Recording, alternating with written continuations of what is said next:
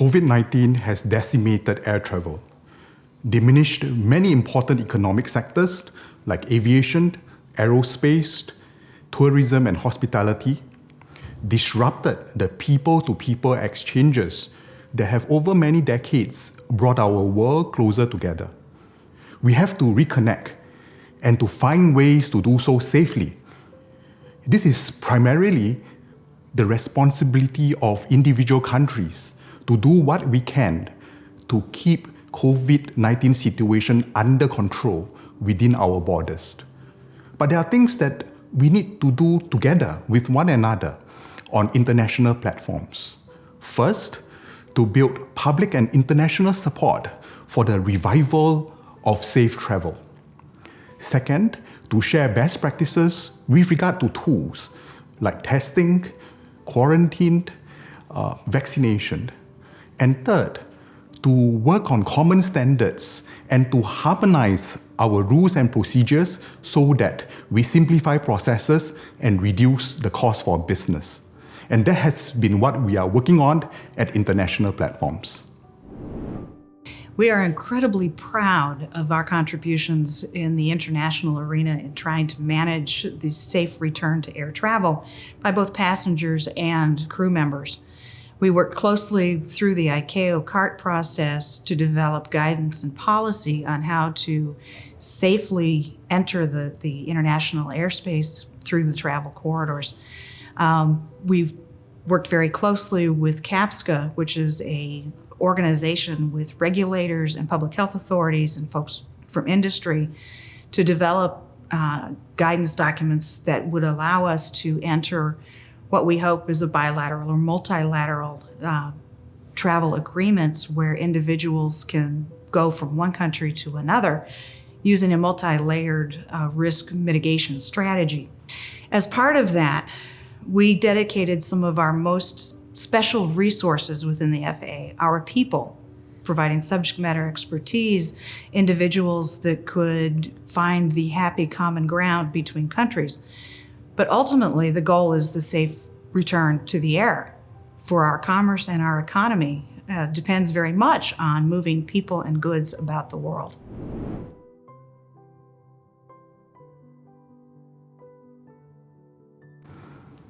We have to assure our people that we are not reviving air travel at all costs, but will do so in a cautious and safe manner.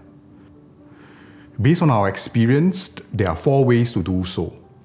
First, testing, pre-departure, on arrival, and post-arrival, to reduce the risk of transmission to the community. Second, by opening up progressively to safe countries first, countries that have kept their COVID-19 situation under control.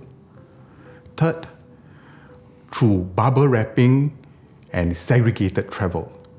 We have piloted an initiative at Changi, which we call Connect and Changi, where travelers from all around the world can come and have meetings in Singapore, but they are segregated from the local community. And that gives assurance to our people that meeting and business can carry on in a safe fashion. Fourth, vaccination. We remain hopeful that vaccination will help us reduce the rate of infection and the rate of transmission. And that will help revive air travel in a safe manner. So within the FAA, besides contributing very much to the ICAO process, the CAAS process, the CAAPSCA development of the testing and cross-border risk mitigation manual, we have taken the guidance and suggestions from the international agencies and migrated that into the runway to recovery for the United States, in addition to the SAFO 20009. Those include guidance for our air carriers, our airlines, and our airports on how to safely adjust to the new normal during COVID-19. So we feel assured in our work, not just within the FAA, but in conjunction with our public health authorities here in the United States and in a larger arena, working with the World Health Organization that we have put together a set of guidance that will minimize the risk to the traveling public and maximize the number of individuals that can safely travel.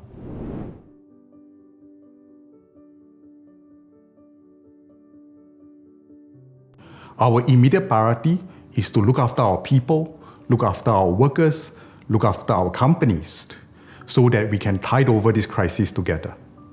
COVID-19 is full of surprises. We must be prepared to learn, unlearn, and relearn. Longer term, we must continue investing in our people and in our machines to keep them warm. We must preserve our network so that we can emerge out of this crisis safer and stronger. I personally believed that the human desire to connect with one another is strong, and that we will be able to revive air travel, and we can soar again.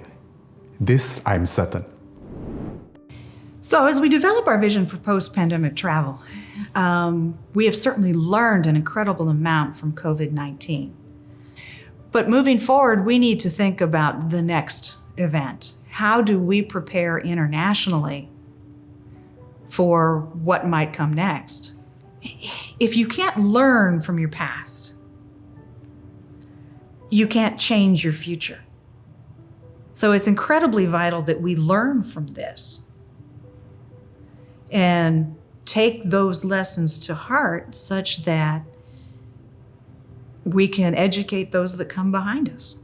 So we need to make sure that we leverage the agreements that we've arrived at with our international colleagues and domestically within the US, so that we have a plan and we can exercise and implement what we've learned from COVID-19 to more rapidly return to normal air travel so that we can continue to protect everybody that travels and make sure that it can be done as quickly as possible and as safely as possible.